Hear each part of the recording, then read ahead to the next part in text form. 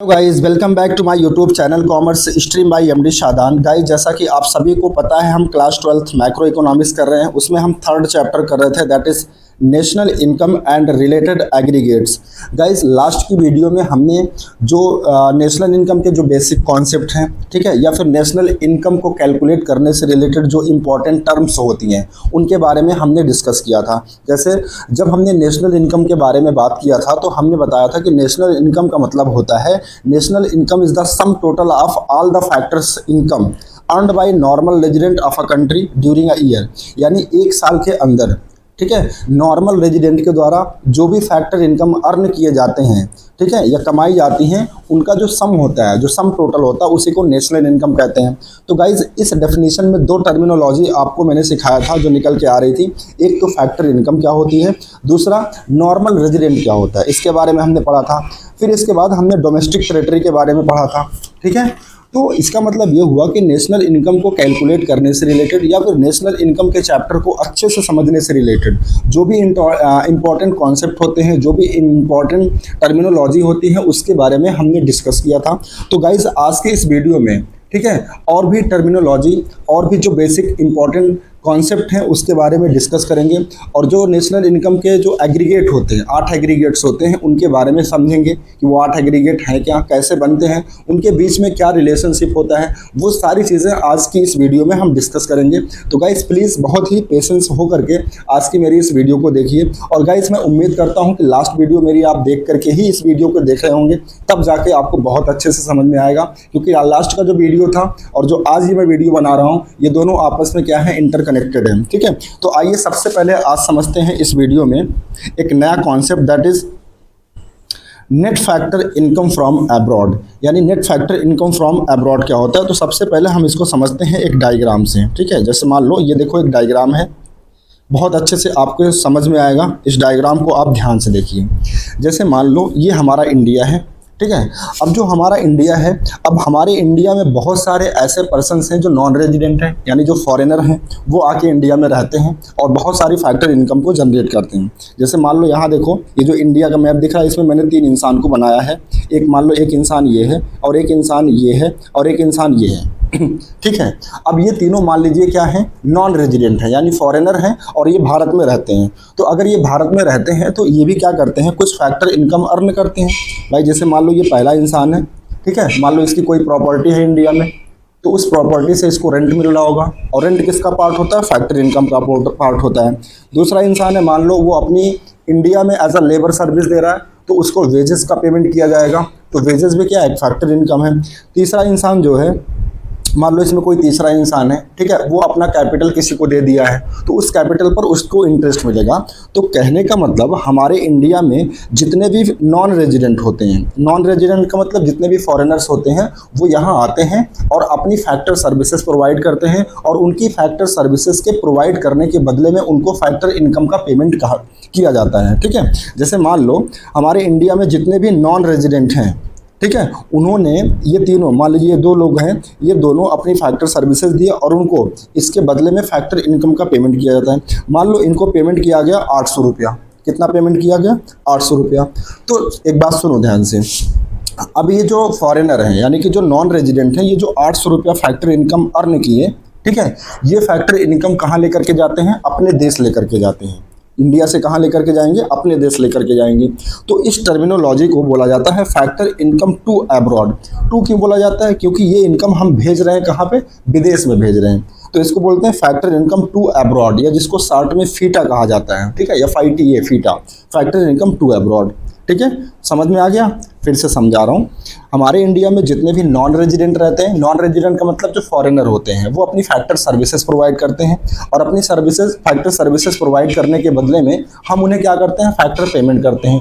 तो जो भी फैक्टर पेमेंट हम करते हैं, वो पैसा ये लोग कहाँ लेकर के जाते हैं, अपनी कंट्री में लेकर के जाते हैं। तो एक तरीके से मैं ये कह सकता हूँ कि हम इनको फैक्टर इनकम हम जो है भेज रहे हैं कहाँ पे, अब्रॉड भेज रहे हैं। तो इसीलिए इसको बोला जाता है फैक्टर इनकम टू अब्रॉड, यानी जो फैक्टर इनकम है उसको हम कहाँ भेज रहे हैं, विदेशों में भेज रहे हैं, ठीक है।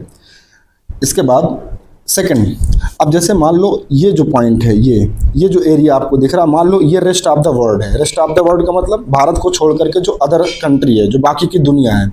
अब भाई जो बाकी की दुनिया है भारत को छोड़ करके, उस बाकी दुनिया में यानी रेस्ट ऑफ द वर्ल्ड हमारे इंडियंस भी क्या करते हैं, वहाँ जाते हैं। जैसे मान लो यहाँ भी देखो लिखा है विराट कोहली, मान लो इंग्लैंड में रहता है, ठीक है। या शाहरुख खान मान लो ऑस्ट्रेलिया में रहता है, ठीक है। या फिर हमारे देश की एक बैंक है एसबीआई, जो कि बहुत प्राचीन बैंक है, बहुत पुराना बैंक है, ठीक है। इसकी हेड ऑफिस वैसे तो इंडिया में है, मतलब इंडिया का ही ये रेजिडेंट है, इंडिया का ही ये बैंक है। लेकिन फिर भी मान लो ये अपनी सर्विसेज दे रहा कनाडा में, इसकी एक ब्रांच कनाडा में है।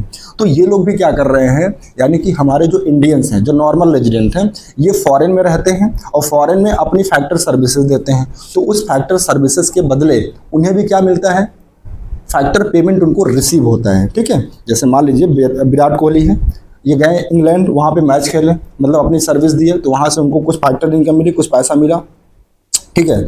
रिलायंस कंपनी है, देखो यहाँ पे लिखा रिलायंस कंपनी, ये मान लो अपनी कोई फैक्टर सर्विसेज दे रही है, उसको वहाँ से कुछ पैसा मिला, ठीक है। इसी तरीके से कोई भी नॉन रेजिडेंट अगर वो भारत के बाहर यानी रेस्ट ऑफ द वर्ल्ड, बची हुई जो पूरी दुनिया है, वहाँ पे अगर भारत का कोई भी रेजिडेंट अगर वहाँ पे रहता है और अपनी सर्विसेज प्रोवाइड करता है फैक्टर सर्विसेज, तो उस फैक्टर सर्विसेज के प्रोवाइड करने के बदले उसको जो कुछ भी मिलता है, ठीक है, उसको बोलते हैं factor income from abroad. Factor income from abroad का मतलब, क्योंकि देखो जो भी इंडियंस हैं या जो भी रेजिडेंट हैं, भले वो कहाँ रहते हैं, भारत के बाहर रहते हैं, लेकिन अल्टीमेटली उनका जो दिल धड़कता है वो कहाँ के लिए धड़कता है, भारत के लिए धड़कता है। तो वो बाहर जरूर रहते हैं, इंडिया से बाहर जरूर रहते हैं, अपनी फैक्टर सर्विसेज भी देते हैं, लेकिन अपनी फैक्टर सर्विसेज देने के बदले में जो भी फैक्टर इनकम अर्न करते हैं, वो सारी की सारी इनकम वो कहाँ लेकर के आते हैं, वो भारत लेकर के आते हैं, ठीक है। कहाँ लेकर के आएंगे, भारत लेकर के आएंगे। तो जितने भी रेजिडेंट हैं जो भारत के बाहर रहते हैं, वो जो भी फैक्टर इनकम अर्न करते हैं वो भारत में लेकर के आते हैं। तो इसीलिए इसका नाम पड़ा factor income from abroad. From abroad क्यों बोला जाता है, क्योंकि ये बाहर से लेकर के आ रहे हैं, भारत में बाहर से लेकर के आ रहे हैं, यानी कि फैक्टर इनकम फ्रॉम अब्रॉड, यानी अब्रॉड से लेकर के आ रहे हैं। और जो नॉन रेजिडेंट होते हैं वो क्योंकि इंडिया में पैसा कमा करके, फैक्टर इनकम कमा करके वो अपने देश लेकर के जा रहे होते हैं, यानी कि हम जो है फैक्टर इनकम को भेज रहे होते हैं एक तरीके से विदेशों में। तो इसीलिए उसको कहा जाता है factor income to abroad. I hope आपको समझ में आ रहा होगा। फिर से एक बार मैं क्लियर कर देता हूँ। देखो हमारे इंडिया में बहुत सारे नॉन रेजिडेंट हैं, यानी कि जो फॉरेनर हैं वो यहाँ आते हैं, अपनी फैक्टर सर्विसेज प्रोवाइड करते हैं, ठीक है। और अपनी फैक्टर सर्विसेज प्रोवाइड करने के बाद उनको हम क्या करते हैं, फैक्टर पेमेंट करते हैं। तो जो भी फैक्टर पेमेंट करते हैं वो फॉरेनर क्या करते हैं, उस पैसे को अपनी कंट्री में लेकर के जाते हैं। तो क्योंकि हम फैक्टर पेमेंट भेज रहे हैं कहाँ पे, विदेश में, तो इसीलिए उसको बोला जाता है फैक्टर इनकम टू अब्रॉड, यानी जिसको शॉर्ट में फीटा कहते हैं, ठीक है। इतना समझ में आ गया। अब दूसरी चीज़ सुनो। अब भाई बहुत सारे रेजिडेंट हैं, यानी हमारे इंडिया के जो रेजिडेंट हैं वो फॉरेन में रहते हैं और फॉरेन में अपनी फैक्टर सर्विसेज प्रोवाइड करते हैं। तो उनको उन फैक्टर सर्विसेज के बदले में क्या मिलता है, फैक्टर इनकम मिलता है। तो वो जो भी फैक्टर इनकम कमाते हैं, क्योंकि उनका दिल भारत के लिए धड़कता है, तो वो फैक्टर इनकम कहाँ लेकर के आते हैं, भारत लेकर के आते हैं। तो इसीलिए क्योंकि वो फैक्टर इनकम को फॉरेन से भारत लेकर के आ रहे हैं, इसीलिए उसको बोलते हैं फैक्टर इनकम फ्रॉम अब्रॉड, ठीक है। तो सर नफिया यानी कि नेट फैक्टर इनकम का क्या मतलब होता है, तो नेट फैक्टर इनकम का मतलब ये होता है कि जो हमने फॉरेन में कमाया, यानी जो हमारी फीफा वाली इनकम है। फीफा का मतलब फैक्टर इनकम फ्रॉम अब्रॉड, यानी जो पैसा हम विदेशों से ला रहे हैं, ठीक है। जैसे मान लो मैं एक एग्जांपल ले रहा हूँ, हमने विदेश से कमाया 1000 रुपया, यहाँ देखो लिखा है ना, एक सेकंड। मान लो हमने, यानी कि जो हमारे रेजिडेंट हैं वो विदेशों से 1000 रुपया फैक्टर इनकम के फॉर्म में कमाया, और हमारे इंडिया में मान लो जो नॉन रेजिडेंट है, यानी कि जो फॉरेनर है, उन्होंने फैक्टर इनकम कमाई 800 रुपया। तो अगर हम आपसे ये पूछें कि बताओ हमने नेट कितना कमाया, तो भाई 1000 में से 800 रुपया हम माइनस कर देंगे। भाई 1000 रुपया तो हम क्या कर रहे हैं, फॉरेन से कमा के ला रहे हैं, और 800 रुपया फॉरेन में भेज रहे हैं, तो हमने नेट कितना कमाया, 200 रुपया। तो इसका मतलब ये हुआ कि अगर हमें net factor income from abroad निकालना हो तो हम क्या करते हैं, फीफा में से, यानी कि 1000 में से फीटा को यानी कि 800 को माइनस कर देंगे, तो 200 रुपया जो आएगा उसको बोलते हैं net factor income from abroad, यानी कि नफिया या NFIA जिसको बोलते हैं, ठीक है। आइए देख लेते हैं। अब आई होप आपको समझ में आ गया होगा कि फीटा क्या होता है, यानी फैक्टर इनकम टू अब्रॉड क्या होता है, और फैक्टर इनकम फ्रॉम अब्रॉड यानी कि फीफा क्या होता है, ठीक है। आइए इसका देखिए एक फार्मूला है, फार्मूला छोड़ो, पहले इसका मतलब समझो। अब आपको देखो समझ में आएगा बहुत अच्छे से। देखो यहाँ पे क्या लिखा हुआ है, एक सेकंड गाइस, एक सेकेंड, ओके। देखो देखो यहाँ पे लिखा हुआ है net factor income from abroad का मतलब क्या हो रहा है होता है, कह रहा है it is the factor income received, देखो factor income received by normal resident from abroad, यानी जो हमारे इंडियंस होते हैं, जो हमारे रेजिडेंट होते हैं, जो फॉरेन में रहते हैं और अपनी फैक्टर सर्विसेज प्रोवाइड कराते हैं, तो उसके बदले उनमें क्या, उनको क्या मिलता है, फैक्टर इनकम रिसीव करते हैं वो लोग, ठीक है। जैसा कि 1,000 रुपया एग्जाम्पल में दिया हुआ था, तो उसमें से जब हम लेस कर देते हैं यानी कि माइनस कर देते हैं factor income paid to non resident, यानी वो फैक्टर इनकम जो हमारे यहाँ इंडिया में जो नॉन रेजिडेंट हैं उन्होंने जो कमाया, यानी कि 800 रुपया, जब वो 800 रुपया हम माइनस कर देते हैं तो कितना आ जाएगा, 200 रुपया। भाई देखो नफिया या नफाइया का फार्मूला क्या होता है, फीफा, फीफा का मतलब जो हमारे इंडियंस ने फॉरेन से कमा के लाया है, यानी कि 1,000 रुपया, 1,000 रुपया कमाया था ना, तो उस 1,000 में से अगर हम माइनस कर देंगे फीटा, फीटा का मतलब जो फॉरेनर्स हैं, जो नॉन रेजिडेंट है, जो हमारे इंडिया से पैसा कमा के ले जा रहे हैं, जिसको फीटा कहते हैं, यानी कि 800 रुपया, जब इसको हम माइनस कर देंगे तो कितना आ जाएगा गाइस, 200 रुपया। तो ये 200 रुपया जो है वो क्या कहलाएगा, net factor income from abroad, यानी नेट हमने कितना फैक्टर इनकम जनरेट किया, यानी कि 200 रुपया, ठीक है। तो वही चीज़ यहाँ पे लिखा हुआ है, एक second, it is the factor income received by normal resident, यानी वो फैक्टर इनकम जो नॉर्मल रेजिडेंट के द्वारा रिसीव किया जाता है, कहाँ से, अब्रॉड से, यानी कि फॉरेन से, जब उसमें से हम लेस करते हैं factor income paid to non resident, यानी वो फैक्टर इनकम जो हम नॉन रेजिडेंट को पे करते हैं, उसको जब माइनस कर देते हैं तो जो इनकम या जो पैसा निकल के आता है उसको बोलते हैं क्या, net factor income from abroad. इसीलिए इसका फॉर्मूला होता है NFIA का, यानी net factor income from abroad का फीफा माइनस फीटा, यानी फैक्टर इनकम फ्रॉम अब्रॉड में से जब हम फैक्टर इनकम टू अब्रॉड को माइनस कर देते हैं तो हमारा आंसर क्या आ जाता है, net factor income from abroad, ठीक है। देखो यहाँ पे मैंने ऐसे कैलकुलेट कर रखा है, देखो अगर इस डायग्राम को दिखाऊं तो हमने, यानी कि हमारे जो रेजिडेंट थे वो फॉरेन से कितना फैक्टर इनकम अर्न किए थे, 1,000, और जो हमारे यहाँ इंडिया में नॉन रेजिडेंट थे वो अपने यहाँ फैक्टर इनकम कितना कमा के ले जा रहे हैं, 800 रुपया। तो देखो ये जो 1,000 रुपया हम फॉरेन से कमा के ला रहे हैं इसको बोलते थे फीफा, और जो 800 रुपया हम फॉरेनर को दे रहे हैं फैक्टर इनकम उसको बोलते हैं फीटा।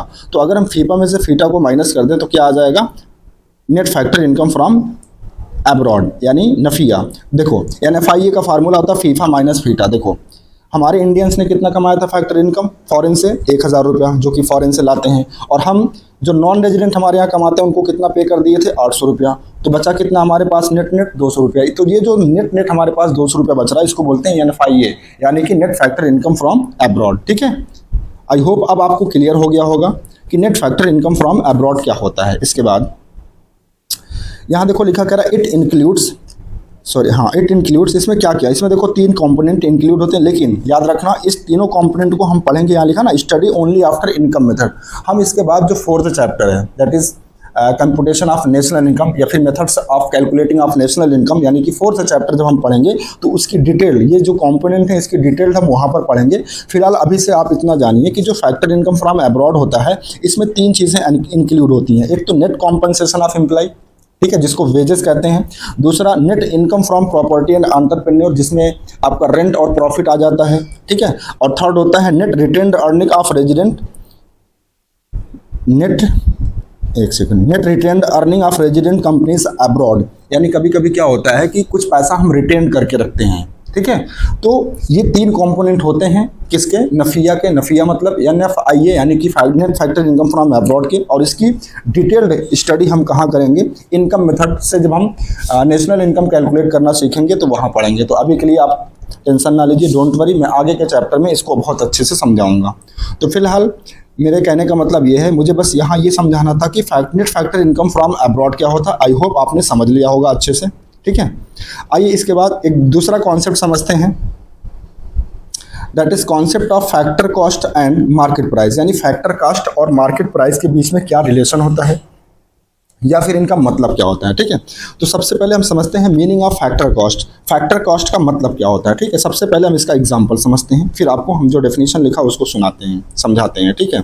तो देखो गाइस, जैसे मान लो कोई फर्म है, अब फर्म का काम क्या होता है, गुड्स एंड सर्विसेज को प्रोड्यूस करना। फर्म का काम क्या होता है, गुड्स एंड सर्विसेज को प्रोड्यूस करना। देखिए ये फर्म है, ये गुड्स बना रही है।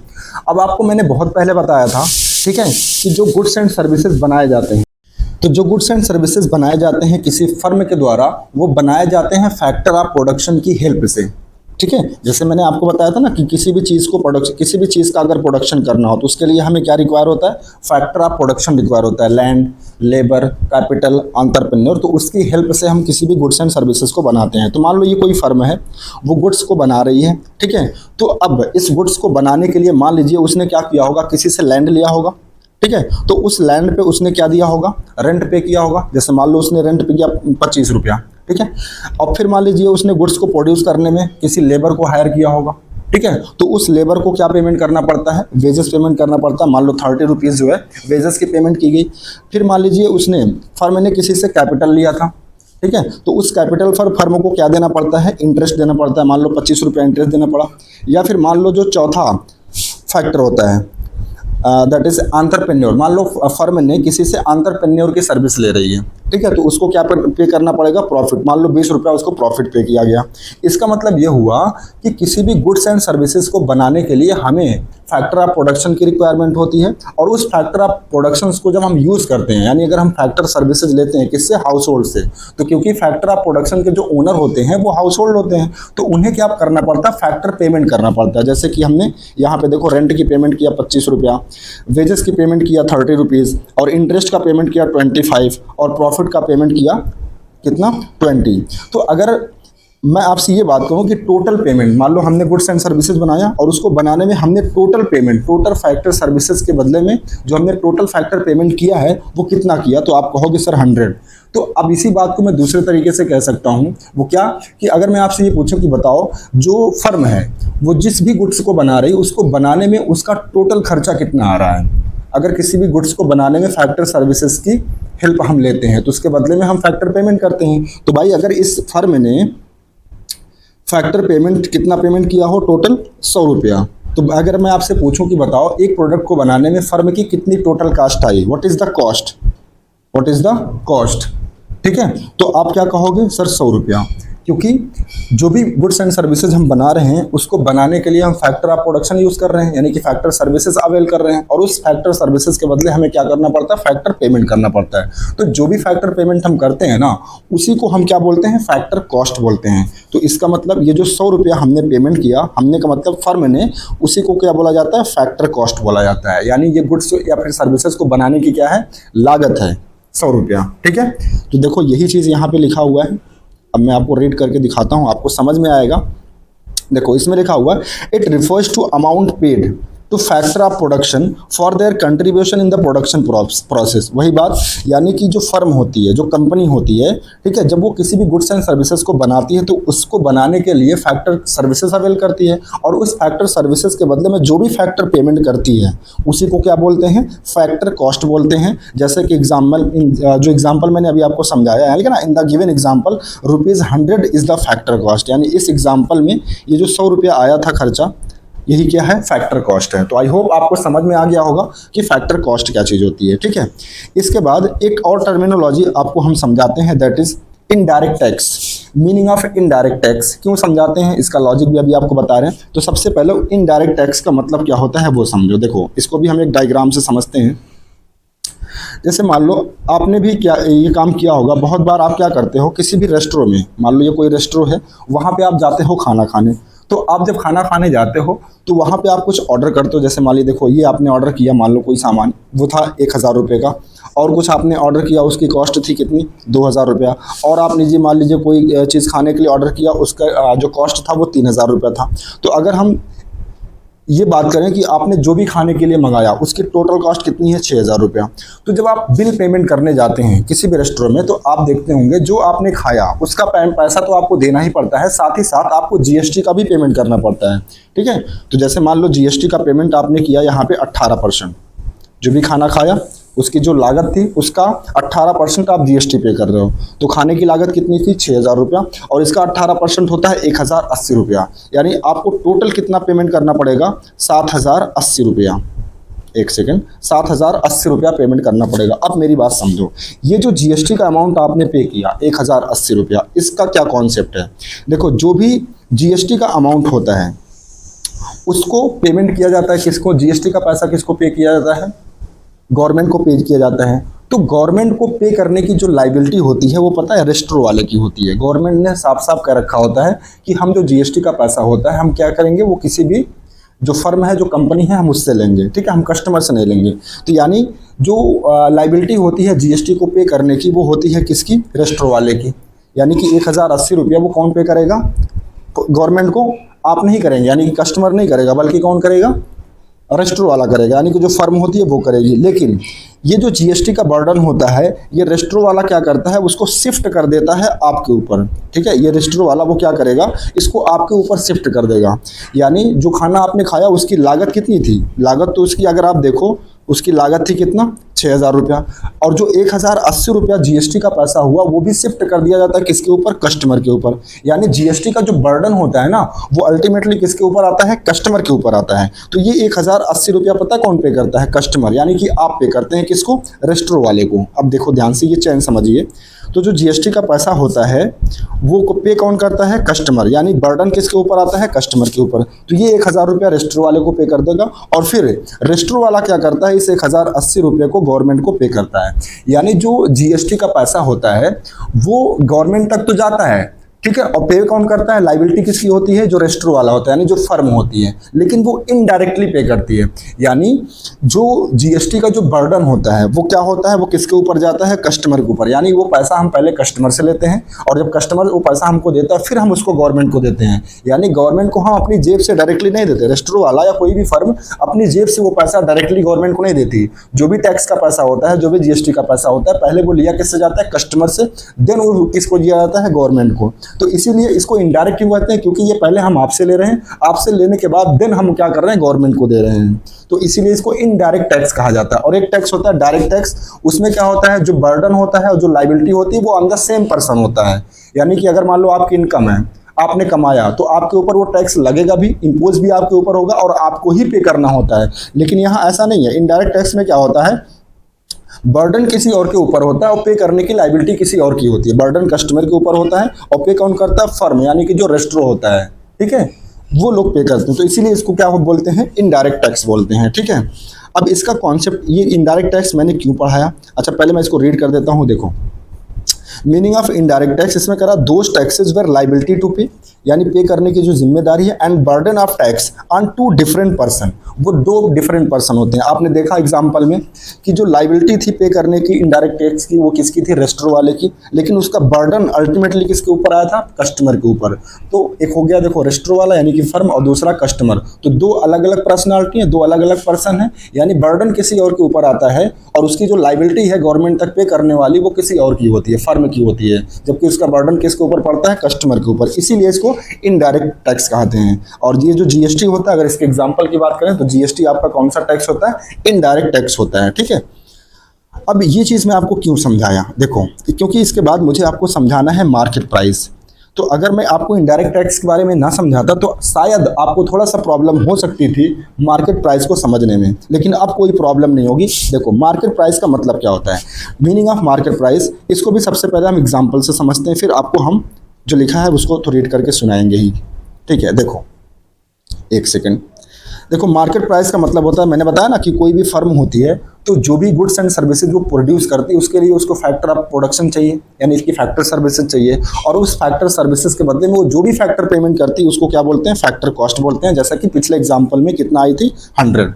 अब जैसे ही कोई फर्म है कोई भी सामान बनाती है, ठीक है, तो उस पर क्या होता है, गवर्नमेंट जो है उस पर टैक्स लेती है, यानी कि इनडायरेक्ट टैक्स, यानी कि जीएसटी उस पर लगाती है। तो अगर मान लीजिए इस फर्म ने कोई भी सामान 100 रुपये का बनाया, यानी फैक्टर कास्ट उसकी 100 रुपये है, तो गवर्नमेंट करती है देखो हम इस पर लेंगे टैक्स, यानी कि इनडायरेक्ट टैक्स, यानी कि इस पर हम लगाएंगे जीएसटी। और मान लो गवर्नमेंट ने इस पर लगा दिया जीएसटी 10 रुपया, ठीक है। तो एक बात बताओ, ये जो फर्म है, ये जो फर्म है जिसने 100 रुपये का सामान बनाया और 10 रुपया गवर्नमेंट उससे टैक्स ले रही है, तो अगर आपको यही सामान बेचना हो तो बताओ ये फर्म आपको मिनिमम कितने रुपए में बेच सकती है, तो सर 110 रुपये में। भाई 100 रुपया तो उसकी कॉस्ट हो गई, 10 रुपया गवर्नमेंट टैक्स ले ली, तो अल्टीमेटली उस प्रोडक्ट की कॉस्ट कितनी पड़ जाएगी, 110 रुपया। यानी कस्टमर को ये कितने में बेचा जा सकता है, मिनिमम 110 रुपये में बेचा जा सकता है। तो जिस प्राइस पर एक्चुअली में हम कोई भी चीज़ कस्टमर को सेल करते हैं उसको बोलते हैं मार्केट प्राइस। क्या कहा मैंने, देखो, जो खर्चा, जो लागत आती है किसी भी प्रोडक्ट को बनाने में, उसको बोलते हैं फैक्टर कॉस्ट। लेकिन जिस प्राइस पर हम वो चीज़ कस्टमर को बेचते हैं, जिस प्राइस में, ठीक है, यानी कि इनडायरेक्ट टैक्स अगर हमको देना पड़ा है गवर्नमेंट को तो उसको भी हम ऐड करते हैं, उसके बाद हम कस्टमर को बेचते हैं। तो जिस प्राइस पे हम मार्केट में कस्टमर को कोई भी सामान बेचते हैं उसको बोलते हैं मार्केट प्राइस। तो 110 रुपया गाइज यहाँ क्या है, मार्केट प्राइस है। आइए अब इसको समझाते हैं। देखो यहाँ पे यही चीज़ें लिखी हुई हैं। मार्केट प्राइस का मतलब होता है, कह रहा it refers to the price at which product is actually sold in the market, यानी वो प्राइस जिस प्राइस पर एक्चुअली में वो मार्केट में सोल्ड किया जा रहा है कस्टमर को। इन द गिवन एग्जांपल, ठीक है, तो इन दिस जो एग्जांपल मैंने आपको बताया उसमें आपने देखा 120 रुपया, 120 नहीं सॉरी, इस एग्जांपल में शायद आई थिंक मैंने 1 सेकंड 10 रुपया लिया, चलो कोई बात नहीं। यहाँ पे इनडायरेक्ट टैक्स की वैल्यू मैंने 10 लिया है, लेकिन एग्जांपल में मैंने 20 लिया है। मतलब मान लो कि इनडायरेक्ट टैक्स की वैल्यू जो है वो 20 है, तो इसीलिए यहाँ पे लिखा हुआ है, 1 सेकंड कहाँ गया, ये रहा, ठीक है। हाँ, इसकी डेफिनेशन अगर हम देखो आप तो देखो, इन द गिवन एग्जांपल 120 इसलिए लिखा है क्योंकि इनडायरेक्ट टैक्स को हमने 20 रुपया मान लिया, ठीक है। इज द मार्केट प्राइस, तो उसको क्या बोलेंगे, मार्केट प्राइस। यानी फैक्टर कास्ट में जो इनडायरेक्ट टैक्स है उसकी वैल्यू को जब हम ऐड कर देते हैं तो वो जो वैल्यू निकल के आते हैं उसको बोलते हैं मार्केट प्राइस। इसमें लिखा it include the indirect taxes and exclude the subsidies, यानी जो मार्केट प्राइस होता है उसमें क्या इंक्लूडेड होता है, इनडायरेक्ट टैक्स और सब्सिडीज भी। अब एक नई चीज़ आपको सामने आ गई इसमें, सब्सिडीज। आइए इसको भी समझ लेते हैं कि सब्सिडीज का क्या मतलब होता है, ठीक है। कहाँ गया, हाँ, मीनिंग ऑफ सब्सिडीज। पहले इसका एग्जांपल समझो। देखो बहुत बार क्या होता है, जैसे मोस्टली क्या होता है कि कोई भी फर्म, जैसे मान लीजिए आपको कोई फर्म शुरू करनी है, कोई फर्म या कोई फैक्ट्री लगानी है, तो ज़्यादातर लोग उसको शहरों में लगाते हैं क्योंकि वहाँ डिमांड ज़्यादा होती है, लोग ज़्यादा होते हैं, तो वहाँ पे जो आपकी शॉप होगी वो ज़्यादा चलेगी। लेकिन भाई बहुत सारे बैकवर्ड रीजन भी हैं, बहुत सारे रूरल एरियाज़ हैं, अगर वहाँ फैक्ट्री या फिर वहाँ फर्म नहीं खोली जाएंगी तो वहाँ का डेवलपमेंट कैसे होगा। तो इसलिए सरकार क्या कहती है, कुछ व्यापारियों से ये कहती है कि देखो आप शहरों में तो लगाते ही लगाते हो, लेकिन आप एक काम करो, आप जो है ना रूरल एरियाज़ में अपनी फैक्ट्री को स्टैब्लिश करो, ठीक है, क्योंकि भाई वहाँ का भी तो डेवलपमेंट होना चाहिए। तो फर्म कहती है कि ठीक है आप कह रहे हो हम ओपन कर देंगे, लेकिन उसमें हमारा क्या फ़ायदा है। तो फ़ायदा क्या इनका होता है, सुनो कहानी सुनो। अब जैसे मान लो कोई फर्म है, ठीक है, इसने क्या किया, कोई भी गुड्स एंड सर्विसेज सॉरी कोई भी गुड्स उसने बनाया और उसको बनाने में जो लागत आई वो 100 रुपया, जिसको हम क्या बोलते हैं, फैक्टर कॉस्ट बोलते हैं, ठीक है। अब अगर मान लीजिए, अब क्योंकि यहाँ पे देखो गवर्नमेंट ने क्या कहा है इससे कि आप जाओ किसी रूरल एरियाज़ में अपनी फैक्ट्री लगाओ, तो जाहिर सी बात है गवर्नमेंट यहाँ पे कोई भी टैक्स नहीं लेगी, क्योंकि अगर टैक्स लेगी ना तो कोई भी इंसान लगाएगा ही नहीं फैक्ट्री, ठीक है, रूरल एरियाज़ में। तो इसीलिए गवर्नमेंट यहाँ पे कोई भी इनडायरेक्ट टैक्स यानी GST नहीं लगाती है। तो अगर मान लो कोई भी सामान 100 रुपये में बना और इसी 100 रुपये में मान लो अगर वो सामान बेचा जा रहा है, ठीक है, पता है, तो भी जो है वहाँ के जो लोग हैं वो 100 रुपये में नहीं खरीद पाएंगे। सर क्यों नहीं खरीद पाएंगे, क्योंकि वहाँ के जो लोग हैं ना वो कहाँ रहते हैं, बैकवर्ड रीजन में रहते हैं, ठीक है, यानी जहाँ गरीबी ज़्यादा है, तो वहाँ के लोगों को 100 रुपया भी बहुत महंगा लगेगा, ठीक है, 100 रुपया भी बहुत महंगा लगेगा। तो गवर्नमेंट क्या कहती है, गवर्नमेंट कहती है कि देखो एक काम करो, ठीक है, ये जो 100 रुपये का सामान तुमने बनाया ना इसको तुम बेचो 70 में। तो फर्म कहेगा अच्छा 70 में, यानी 30 रुपया हम नुकसान भी सहें, रहने दो, मुझे फैक्ट्री नहीं लगानी है, ठीक है। तो गवर्नमेंट कहती है अरे रुको सुनो तो सही मेरी पूरी बात। तो गवर्नमेंट कहती है आप इसको 70 रुपये में बेचो, ठीक है, और जो 30 रुपये आपका नुकसान हो रहा है ना उसको हम दे देंगे अपने पास से। देखो गवर्नमेंट क्या कह रही है, 30 रुपया वो जो है फर्म को अपने पास से दे रही है as a subsidy. As a subsidy, subsidy का मतलब होता है एक तरीके से फाइनेंशियल हेल्प करना किसी भी फर्म को, ठीक है। तो ये 100 रुपये का सामान वहाँ कितने में बेचा जाता है, 70 रुपये में। तो मैंने बताया था ना जिस प्राइस पे कोई भी सामान मार्केट में बिकता है उसको क्या बोलते हैं, मार्केट प्राइस। तो यहाँ पे मार्केट प्राइस की वैल्यू कितना है गाइस, 70 है, ठीक है। 70 कैसे आया, जो फैक्टर कॉस्ट था उसमें से जब हमने क्या माइनस कर दिया, सब्सिडी को, ठीक है, तो हमारा क्या आ गया, मार्केट प्राइस। आइए अब इसको रीड आउट करते हैं कि सब्सिडीज का मतलब क्या होता है। देखो यहाँ पे लिखा है मीनिंग ऑफ सब्सिडीज, कह रहा subsidies are the payment made by government to the firms in the form of relaxation, या तो वो रिलैक्सेशन के फॉर्म में होता है या फिर फाइनेंशियल असिस्टेंट, या फिर फाइनेंशियल असिस्ट कर रही होती है किसी भी फर्म को। यानी कि एक तरीके से जो गवर्नमेंट है वो किसी भी फर्म को प्रमोट करती है ताकि वो क्या करे, मतलब उनको ना तो टैक्स लगाएगी, टैक्स तो लगाती ही नहीं है, बल्कि वो क्या देती है, सब्सिडी देती है as a relaxation, as a financial assistance, ताकि लोग क्या कर सके, रूरल एरियाज में अपनी फैक्ट्री स्टैब्लिश कर सकें। ये फायदा होता है। तो इससे क्या होगा, उस क्षेत्र का भी जो है डेवलपमेंट होगा। ठीक है, तो सब्सिडीज का मतलब गाइस क्या होता है, रिलैक्सेशन या फिर फाइनेंशियल असिस्टेंस। ठीक है, अब यहाँ पे देखो गाइस, जैसे यहाँ ऊपर जब मैंने आपको इनडायरेक्ट टैक्स बताया था, फैक्टर कॉस्ट और इनडायरेक्ट टैक्स, तो इसका एक फार्मूला बनता है। जैसे अगर आपको मार्केट प्राइस निकालना हो तो आपकी जो फैक्टर कॉस्ट होती है उसमें जब हम इनडायरेक्ट टैक्स ऐड कर देते हैं जैसे ऊपर के एग्जांपल में क्या था, फैक्टर कॉस्ट कितना आई थी, 100 रुपया। ठीक है, जिसमें 10 रुपया या फिर 20 रुपया क्या था, इनडायरेक्ट टैक्स। तो मार्केट प्राइस क्या निकल के आ गया था गाइस, 110 रुपया। यानी 110 रुपया ये वो प्राइस है जिस प्राइस पे मार्केट में गुड्स को बेचा जाएगा। तो जिस प्राइस पे मार्केट में गुड्स को बेचा जाता है उसको क्या बोलते हैं, मार्केट प्राइस। तो मार्केट प्राइस को निकालने का फॉर्मूला क्या होता है, factor cost plus indirect tax. देखो, अगर गवर्नमेंट इनडायरेक्ट टैक्स लगाती है यानी कि जीएसटी लगाती है, तो इससे क्या होता है, मार्केट का जो फैक्टर कॉस्ट है उसका प्राइस बढ़ जाता है, या फिर मार्केट प्राइस जो है बढ़ जाता है। अच्छा, इसका एक दूसरा फार्मूला बनता है, वो क्या है, देखो, अगर गवर्नमेंट सब्सिडी दे रही है तो एक फार्मूला बनेगा, market price equal to factor cost minus subsidies. अभी देखो जो मैंने समझाया उसमें क्या था, मार्केट प्राइस आपका था कितना, सॉरी इस वाले एग्जांपल में एक बार मैं आपको दिखाना चाहता हूं। अभी जो मैंने समझाया जब मैं सब्सिडी समझ रहा था, यहाँ पे देखो मैंने क्या कहा कि जो फर्म है वो 100 रुपये का सामान बनाती है, यानी उसकी फैक्टर कास्ट 70 है, और उसको बेच कितने में रही है, 70 में, और 70 क्या है, मार्केट प्राइस। अब ये 70 जो मार्केट प्राइस है गाइस, ये कैसे निकला, तो वो ऐसे निकला कि फैक्टर कॉस्ट जो है 100 है, इसमें से जब हम सब्सिडी को यानी कि 30 को माइनस कर देते हैं तब 70 आएगा, तो वही मार्केट प्राइस होता है। तो इसका फार्मूला देखो होता है क्या, market price is equal to factor cost minus subsidies. यानी जब हम फैक्टर कॉस्ट में से सब्सिडीज को माइनस कर देते हैं तो हमारा क्या निकल आता है, मार्केट प्राइस।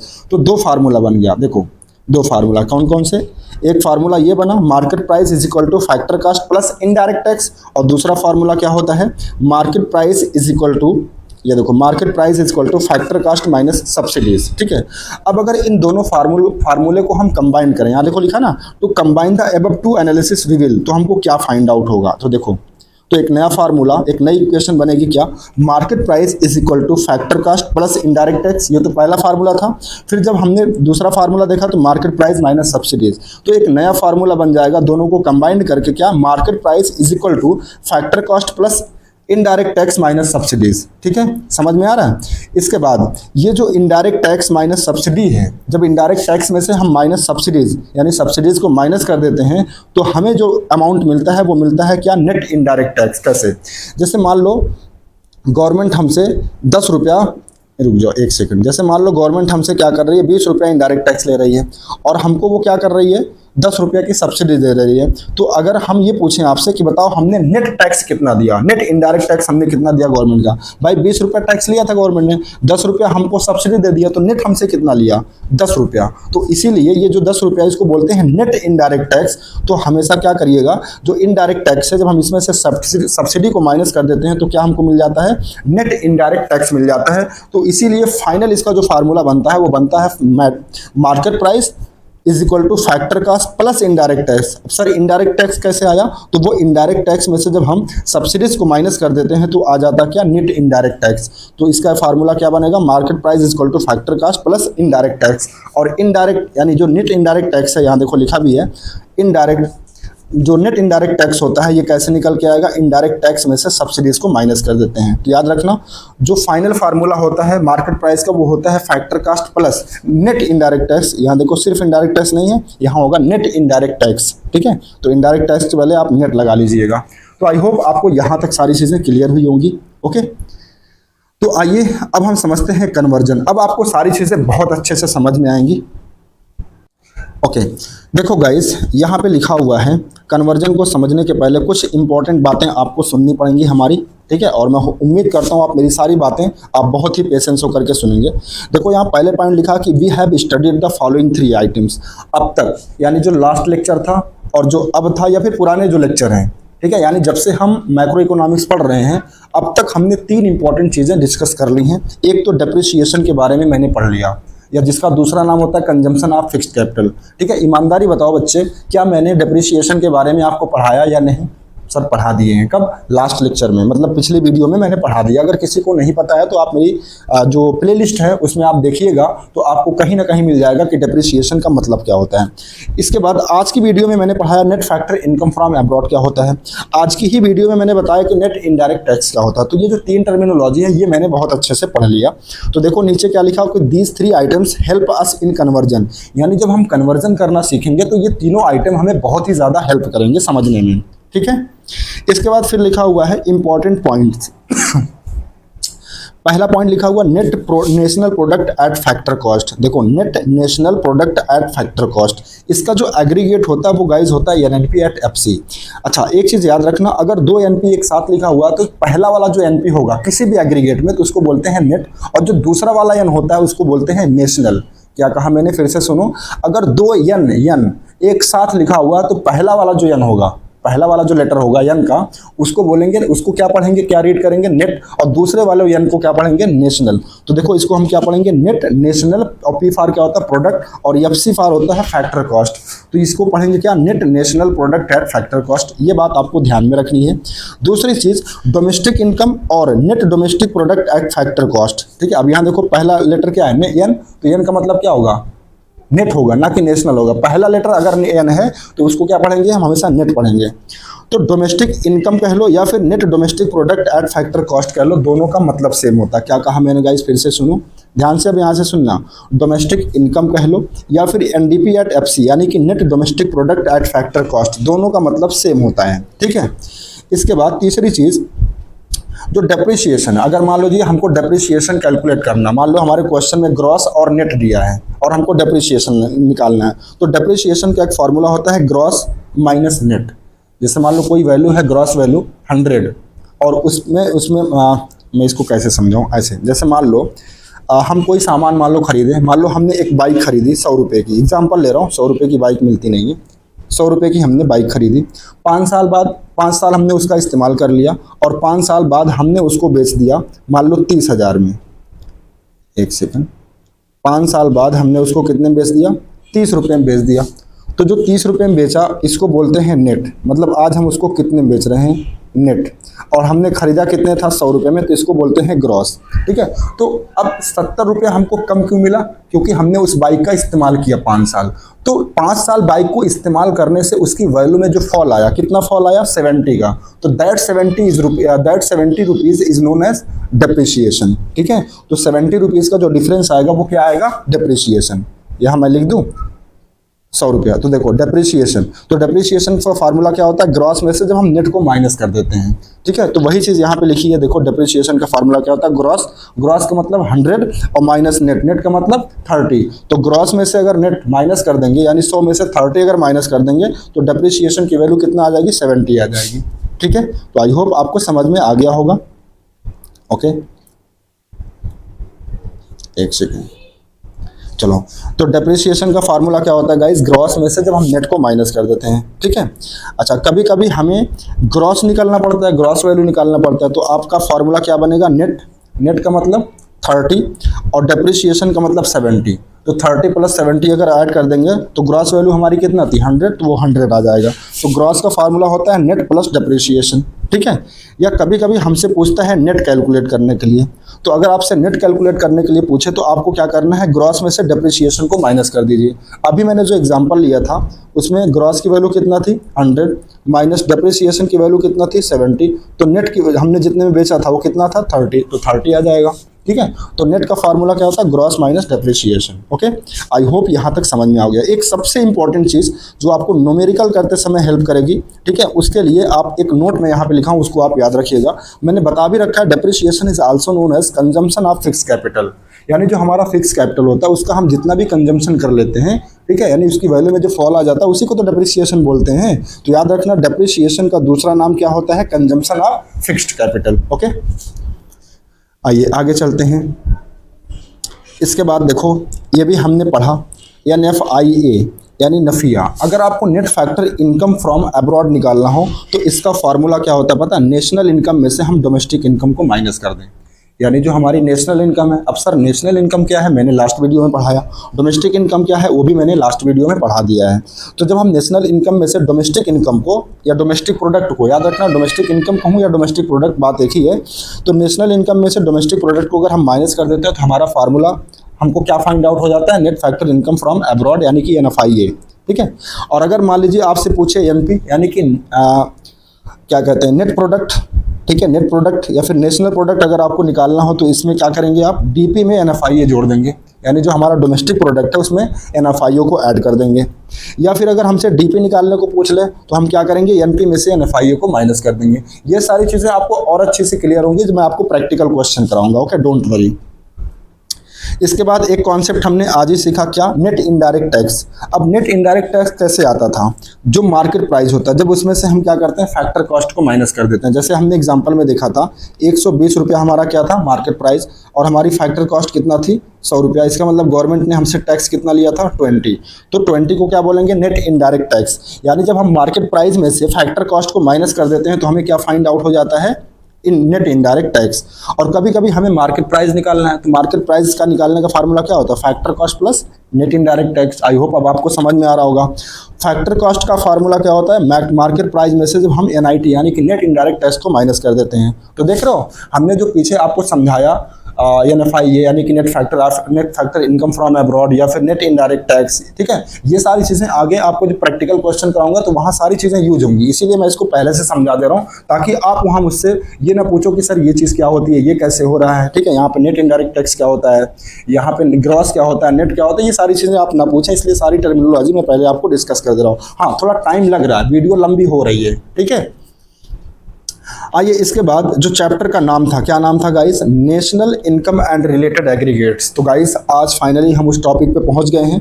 अब समझेंगे कि हम जो अलग अलग एग्रीगेट नेशनल इनकम के बनते हैं वो कैसे बनते हैं और उनका क्या मतलब होता है, उनके बीच में क्या रिलेशन होता है। तो देखो टोटल 8 एग्रीगेट होते हैं नेशनल इनकम में, और वो बनते कैसे हैं।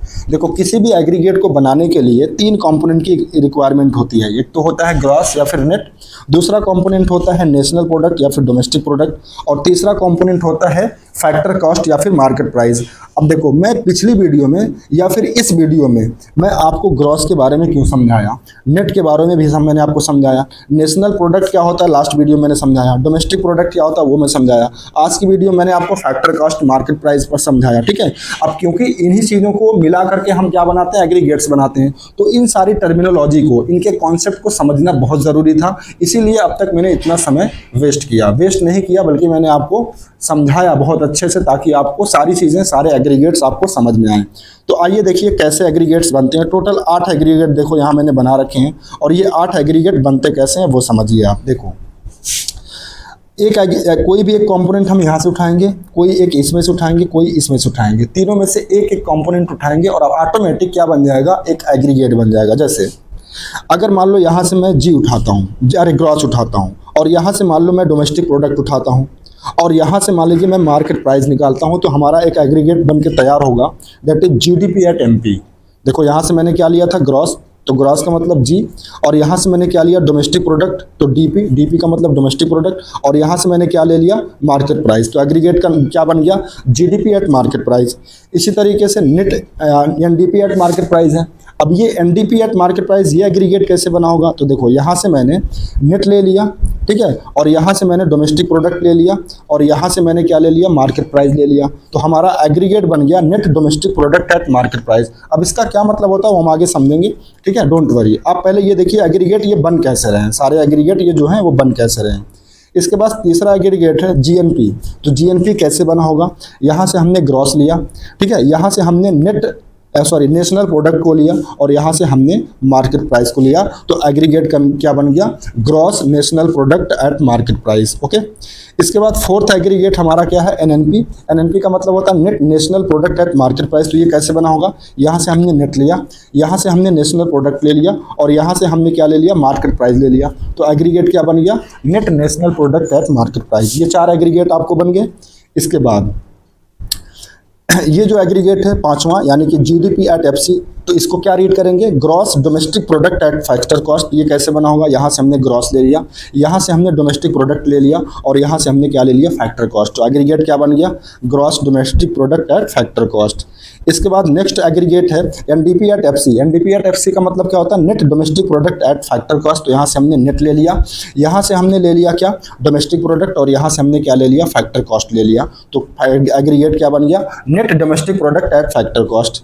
इसके बाद जो नेक्स्ट एग्रीगेट है that is GNP at FC, यानी कि ग्रॉस नेट प्रोडक्ट या फिर gross national product at market price. ठीक है, तो यहाँ से हमने क्या ले लिया, ग्रॉस ले लिया, और यहाँ से हमने क्या ले लिया, नेशनल प्रोडक्ट, और यहाँ से क्या ले लिया, फैक्टर कॉस्ट। तो एग्रीगेट बन गया जीएनपी एट एफसी, यानी कि gross national product at market price. इसके बाद लास्ट एग्रीगेट है एनएनपी एट एफसी। तो एनएनपी एट एफसी का मतलब क्या होता है, net national product at market price, sorry factor cost. तो देखो ये कैसे बना होगा, तो यहाँ से हमने नेट ले लिया एन पहला वाला, और यहाँ से नेशनल प्रोडक्ट ले लिया दूसरा एनपी वाला, और तीसरा हमने ले लिया फैक्टर कॉस्ट, यानी कि net national product at factor cost. तो इस तरीके से हम 8 एग्रीगेट बनाते हैं। तो इसका मतलब ये है कोई भी एग्रीगेट इन 3 कंपोनेंट से बनता है, ग्रॉस नेट से, या फिर नेट नेशनल प्रोडक्ट, या फिर डोमेस्टिक प्रोडक्ट से, या फिर फैक्टर कॉस्ट, या फिर मार्केट प्राइस से। ठीक है, तो ये 8 एग्रीगेट हो गए। आइए अब इसके बीच में हम 1 बाय 1 इनका रिलेशन देखते हैं। सबसे पहले हम समझते हैं कि gross and net concept of domestic product, यानी ग्रॉस और नेट में क्या रिलेशन है उसके बारे में समझेंगे। ठीक है, तो देखो यहाँ पे लिखा हुआ domestic product is measured as, यानी अगर हम डोमेस्टिक प्रोडक्ट को मेजर करें तो इसमें 2 कॉन्सेप्ट होता है। एक को बोलते हैं ग्रॉस डोमेस्टिक प्रोडक्ट जिसको जीडीपी बोलते हैं, और एक को बोलते हैं नेट डोमेस्टिक प्रोडक्ट जिसको एनडीपी बोलते हैं। ठीक है, इन दोनों के बीच में जो डिफरेंस होता है गाइस याद रखना, वो किसका होता है, डेप्रिसिएशन का। ठीक है, इन दोनों के बीच में, यानी कि जीडीपी और एनडीपी, मतलब अगर आपको जीडीपी से एनडीपी, मतलब कोई भी जैसे कन्वर्जन हम लोग पढ़ रहे हैं, अब अगर मान लो हमको जीडीपी से कहाँ जाना है, एनडीपी में जाना है, तो इन दोनों के बीच में जो डिफरेंस होता है वो किसका होगा, डेप्रिसिएशन का। यानी अगर हम जीडीपी में से डेप्रिसिएशन को माइनस कर दें तो क्या आ जाएगा, एनडीपी आ जाएगा। तो वही बात लिखी हुई है कि इन दोनों जो एग्रीगेट हैं या दोनों जो कंपोनेंट हैं इनके बीच का जो डिफरेंस होता है वो क्या होता है, डेप्रिसिएशन। तो देखो इसीलिए यहाँ पे लिखा हुआ है GDP includes the depreciation, NDP does not. यानी जीडीपी में हमेशा क्या इंक्लूड होता है, डेप्रिसिएशन की वैल्यू इंक्लूड होती है, जबकि एनडीपी में नहीं होती है, वो नेट होता है। ठीक है, आइए इसके बाद अगर हमें इसका कन्वर्जन करना हो, यानी कि जीडीपी को अगर एनएनपी में कन्वर्ट करना हो, तो देखो जीडीपी में से अगर हम डेप्रिसिएशन को माइनस कर देंगे तो हमें क्या मिल जाएगा, एनएनपी। ठीक है, इसी तरीके से अगर हमें जीएनपी से एनएनपी निकालना है तो हमें क्या करना होगा, जीएनपी में डेप्रिसिएशन को ऐड कर देना। देखो आपको बस याद क्या रखना है, जैसे आपको ग्रॉस वैल्यू निकालना है तो ग्रॉस वैल्यू कैसे निकल के आएगी, ग्रॉस वैल्यू कैसे निकल के आएगी, तो इसमें आपको क्या करना है, नेट प्लस डेप्रिसिएशन कर देना है। अगर आपको मान लो नेट निकालना है तो कैसे आएगा, तो ग्रॉस में से आप डेप्रिसिएशन को माइनस करना है। मतलब एक जगह हम डेप्रिसिएशन को प्लस कर रहे हैं, एक जगह माइनस कर रहे हैं। प्लस कब कर रहे हैं, अगर ग्रॉस वैल्यू निकालना है, जैसे मान लो नेट दिया है, ग्रॉस निकालना है तो नेट में डेप्रिसिएशन को ऐड कर देंगे। और अगर मान लो नेट वैल्यू निकालना है, यानी कि क्वेश्चन में ग्रॉस दिया तो ग्रॉस से माइनस क्या कर देंगे, डी माइनस कर देंगे, यानी कि डेप्रिसिएशन को माइनस कर देंगे। तो कोई भी एग्रीगेट होगा जिसको आपको ग्रॉस से, कोई भी एग्रीगेट होगा अगर उसको आपको ग्रॉस से नेट पे जाना है तो आपको हमेशा क्या करना होगा, ग्रॉस से नेट पे जाने के लिए, जैसे जीडीपी को अगर एनडीपी में कन्वर्ट करना है तो डेप्रिसिएशन माइनस होगा, जीएनपी को अगर एनएनपी में कन्वर्ट करना होगा तो देखो यहाँ पहला लेटर क्या है, जी, और यहाँ क्या है, एन। यानी हमें ग्रॉस से नेट जाना है तो कैसे निकलेगा, ठीक है, तो हम डेप्रिसिएशन को क्या करेंगे, ऐड कर देंगे। ठीक है, तो आई होप आपको समझ में आ गया होगा, बाकी प्रैक्टिकल करेंगे तो और समझ में आएगा। फिर इसके बाद देखो अगर हम एनडीपी मान लो हमको दिया है और हमको मान लो जीडीपी निकालना है तो हम क्या करेंगे, डेप्रिसिएशन को ऐड कर देंगे। या फिर मान लो क्वेश्चन में हमको एनएनपी दिया है, जीएनपी निकालना है तो उसमें हम डेप्रिसिएशन को ऐड कर लेंगे। आई होप अब आपको सारी चीज़ें अच्छे से क्लियर हो रही होंगी। आइए इसके बाद जो सेकंड कॉन्सेप्ट है इसके बीच में क्या रिलेशन है, that is domestic and national concept of income. ठीक है, तो देखो एट माइक्रो लेवल 2 कॉन्सेप्ट होते हैं, एक तो बोलते हैं डोमेस्टिक कॉन्सेप्ट ऑफ इनकम और एक को बोलते हैं नेशनल कॉन्सेप्ट ऑफ इनकम। ठीक है, यानी डोमेस्टिक इनकम होती है और एक होती है नेशनल इनकम। अब यहाँ ध्यान से समझ लो डोमेस्टिक इनकम का क्या मतलब होता है। देखो डोमेस्टिक इनकम का मतलब होता है सम टोटल ऑफ फैक्टर इनकम्स, यानी जो फैक्टर इनकम का सम होता है, जैसे कॉम्पनसेशन ऑफ एम्प्लॉय जिसको वेजेस कहते हैं, plus rent plus interest plus profit. जब हम इन चारों फैक्टर्स पेमेंट का या फिर इन फैक्टर इनकम का जब हम सम कर लेते हैं, ठीक है, और ये सम कैसा होना चाहिए, generated with the domestic territory, यानी वो फैक्टर इनकम जो डोमेस्टिक टेरिटरी पर, देश की डोमेस्टिक टेरिटरी पर, अब डोमेस्टिक टेरिटरी क्या होता है ये चीज़ मैंने पहले समझा दिया, अगर नहीं समझाया होता तो गाइज आपको यहाँ कन्फ्यूजन होती कि सर डोमेस्टिक टेरिटरी क्या होता है, इसलिए मैंने लास्ट वीडियो में समझा दिया कि डोमेस्टिक टेरिटरी का मतलब क्या होता है। तो गाइज हमारी जो देश की डोमेस्टिक टेरिटरी है उस पर जो भी फैक्टर इनकम कमाई गई है उसका जो टोटल सम होता है उसी को क्या बोलते हैं, डोमेस्टिक इनकम। आगे लिखा हुआ है no matter who generates its, ये मैटर ही नहीं करता कि उसको कमा कौन रहा है, चाहे वो नॉर्मल रेजिडेंट हो सकता है या फिर वो नॉन रेजिडेंट यानी कोई फॉरेनर हो सकता है। याद रखना डोमेस्टिक इनकम जो होती है, डोमेस्टिक इनकम, मेरी बात ध्यान से सुनो, डोमेस्टिक इनकम ये बेस्ड होती है पता है किस पे, डोमेस्टिक टेरिटरी पर। यानी कुल मिला के मेरे कहने का मतलब ये है कि डोमेस्टिक, भारत की जो डोमेस्टिक टेरिटरी है, ठीक है, जो मैंने समझाया था कि डोमेस्टिक टेरिटरी में क्या क्या आता है, तो भारत की जो डोमेस्टिक टेरिटरी है उस पर कमाई गई इनकम, कमाई गई फैक्टर इनकम, डजेंट मैटर कौन कमा रहा है, रेजिडेंट कमा रहा या नॉन रेजिडेंट, यानी इंडियंस कमा रहे या फिर फॉरेनर कमा रहे, कोई मैटर नहीं करता, वो सारी इनकम क्या हो जाएगी, डोमेस्टिक इनकम का पार्ट बनेगी, याद रखना। और अगर हम नेशनल इनकम की बात करें तो ये पता है किस कॉन्सेप्ट पे बेस्ड होता है, ये होता है रेजिडेंट वाले कॉन्सेप्ट पे बेस्ड होता है। देखो यहाँ पे लिखा है ना, sum total of factor income यानी compensation of employ plus rent plus interest plus profit earned by normal resident, यहाँ याद रखना क्योंकि ये रेजिडेंट कॉन्सेप्ट बेस्ड होती है, national income resident concept based होती है। तो जो इनकम नॉर्मल रेजिडेंट के द्वारा कमाई जाती है, ठीक है, no matter where is generated, वो जनरेट कहाँ हो रही है इससे कोई फर्क नहीं पड़ता, within the domestic territory या फिर आउटसाइड। अगर पैसा, देखो ध्यान से सुनो, अगर कोई भी फैक्टर इनकम नॉर्मल रेजिडेंट के द्वारा कमाया जा रहा है, वो कहीं भी कमाया जा रहा हो, चाहे वो डोमेस्टिक टेरिटरी पर कमाया जा रहा हो या फिर फॉरेन में कहीं भी कमाया जा रहा हो, वो सब किसका पार्ट होता है, नेशनल इनकम का पार्ट होता है, याद रखना। फिर से समझो, डोमेस्टिक इनकम ये किस कॉन्सेप्ट पे बेस्ड होती है, डोमेस्टिक टेरिटरी पर, यानी जो इनकम, जो फैक्टर इनकम डोमेस्टिक टेरिटरी पर कमाई जाएगी, ठीक है, डजेंट मैटर कि वो कौन कमा रहा है, चाहे वो नॉर्मल रेजिडेंट हो या फिर नॉन रेजिडेंट हो, अगर वो डोमेस्टिक टेरिटरी पर कमाई गई तो उसे डोमेस्टिक इनकम बोलेंगे। जबकि जो नेशनल इनकम होता है ये रेजिडेंट कॉन्सेप्ट बेस्ड पे होता है। इसमें क्या देखा जाता है कि अगर कोई भी फैक्टर इनकम जो कौन कमा रहा है, नॉर्मल रेजिडेंट कमा रहा है, भले वो चाहे जहाँ कमाए, चाहे जहाँ का मतलब पूरे ब्रह्मांड में वो कहीं भी कमाए, चाहे वो भारत की डोमेस्टिक टेरिटरी पर या फिर फॉरेन की किसी भी कंट्री में वो कमाए, वो उसको क्या बोलते हैं, नेशनल इनकम बोलते हैं, ठीक है। आई होप अब जाके आपको क्लियर हो गया होगा।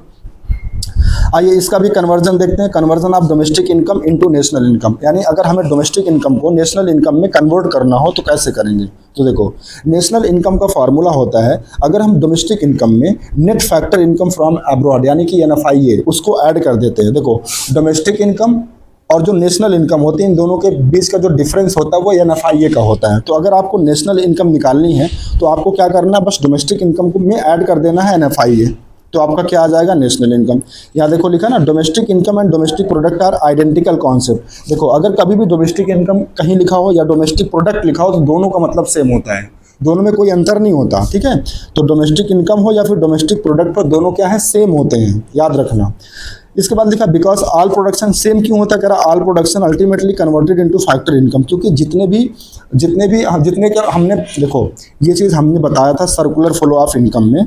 सर्कुलर फ्लो ऑफ इनकम में हमने क्या बनाया था, जब आपको ट्रिपल आइडेंटिटी मैंने पढ़ाया था जितना भी इकोनॉमी में प्रोडक्शन होता है वो अल्टीमेटली कन्वर्ट किस में हो जाता है, इनकम में। तो इसीलिए जितना जो क्या नाम है, जो प्रोडक्ट होता है, जितना भी प्रोडक्शन होता है जब वो इनकम में कन्वर्ट हो जाता है तो जाहिर सी बात है भाई जितना भी प्रोडक्शन होगा वो किस में कन्वर्ट हो जाता है, इनकम में। तो इसीलिए अगर कहीं भी नेशनल प्रोडक्ट लिखा हो या नेशनल इनकम लिखा हो, बात क्या है, सेम है, ठीक है।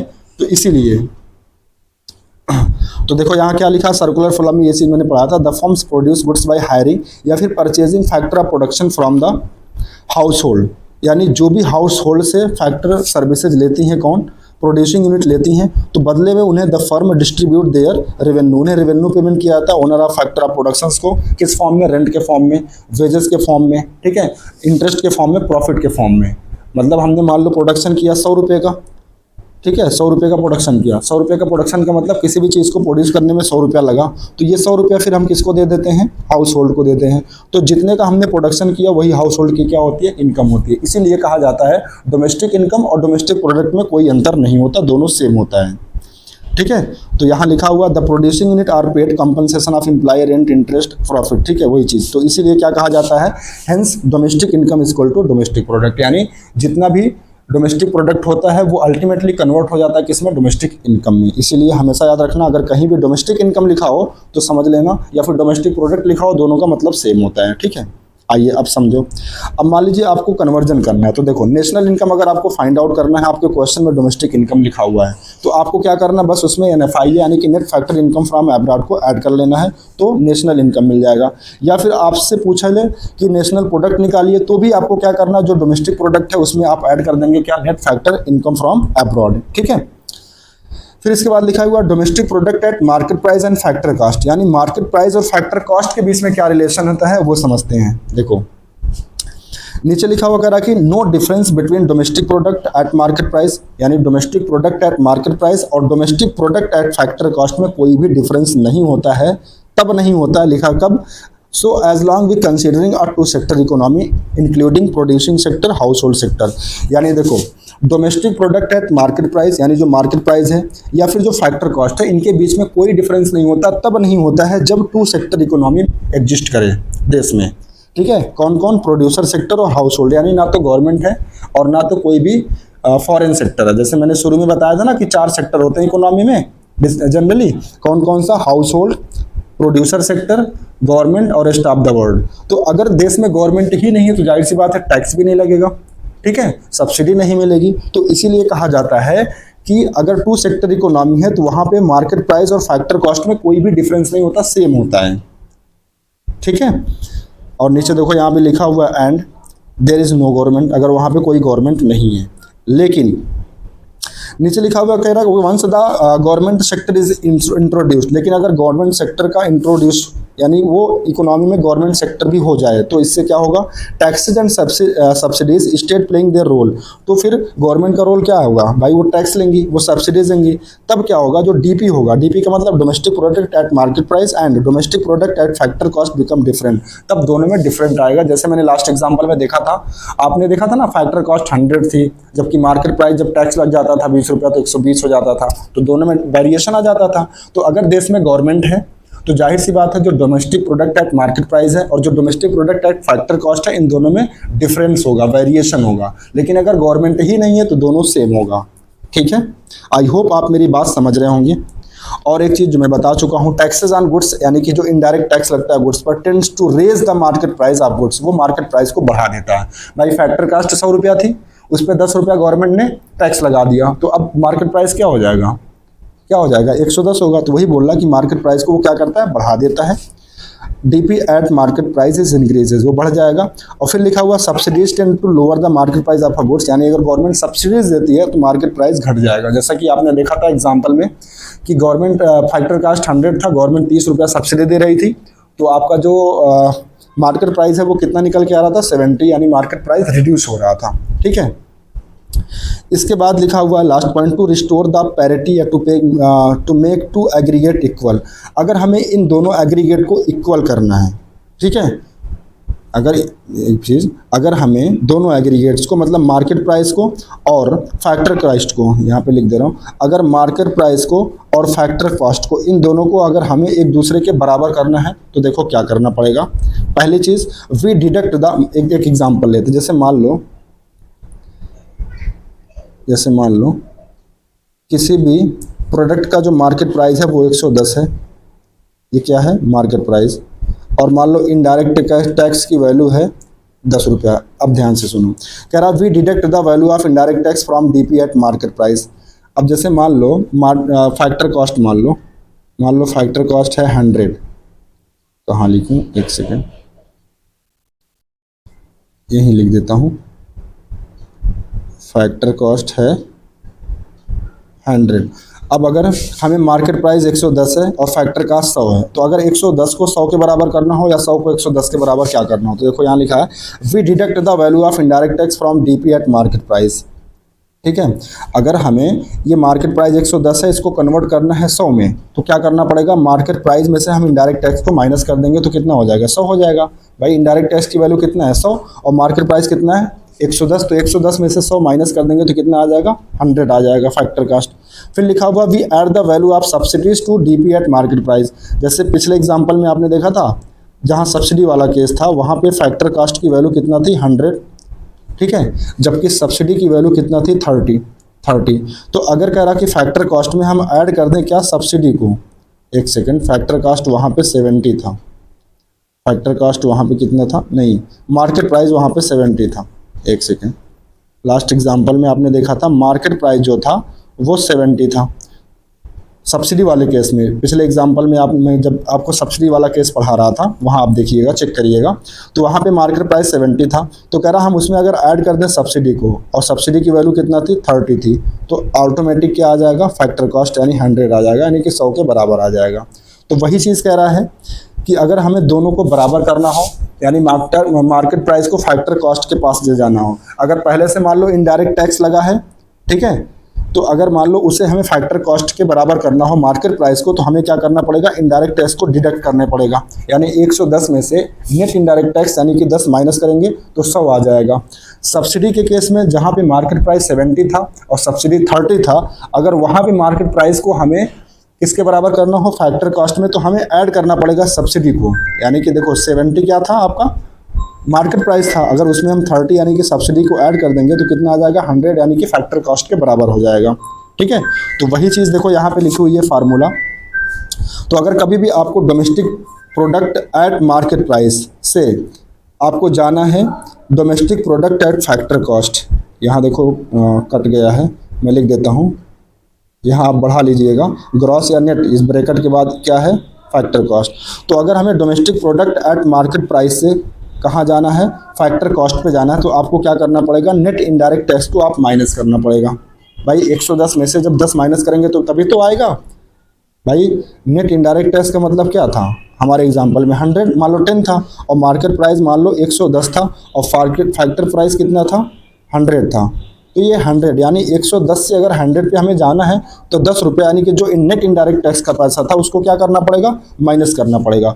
तो वही कह रहा है कि अगर हमको domestic product at market price से कहाँ जाना है, डोमेस्टिक प्रोडक्ट एट कहाँ जाना है, फैक्टर कॉस्ट, तो हमें क्या करना पड़ेगा, नेट इनडायरेक्ट टैक्स को माइनस करना पड़ेगा। या फिर national product at market price से हमें जाना है कहाँ, national product at factor cost, तो यहाँ भी क्या करना पड़ेगा, नेट इनडायरेक्ट टैक्स को माइनस करना पड़ेगा। यानी मार्केट प्राइस में से हमें क्या माइनस करना है, नेट इनडायरेक्ट टैक्स।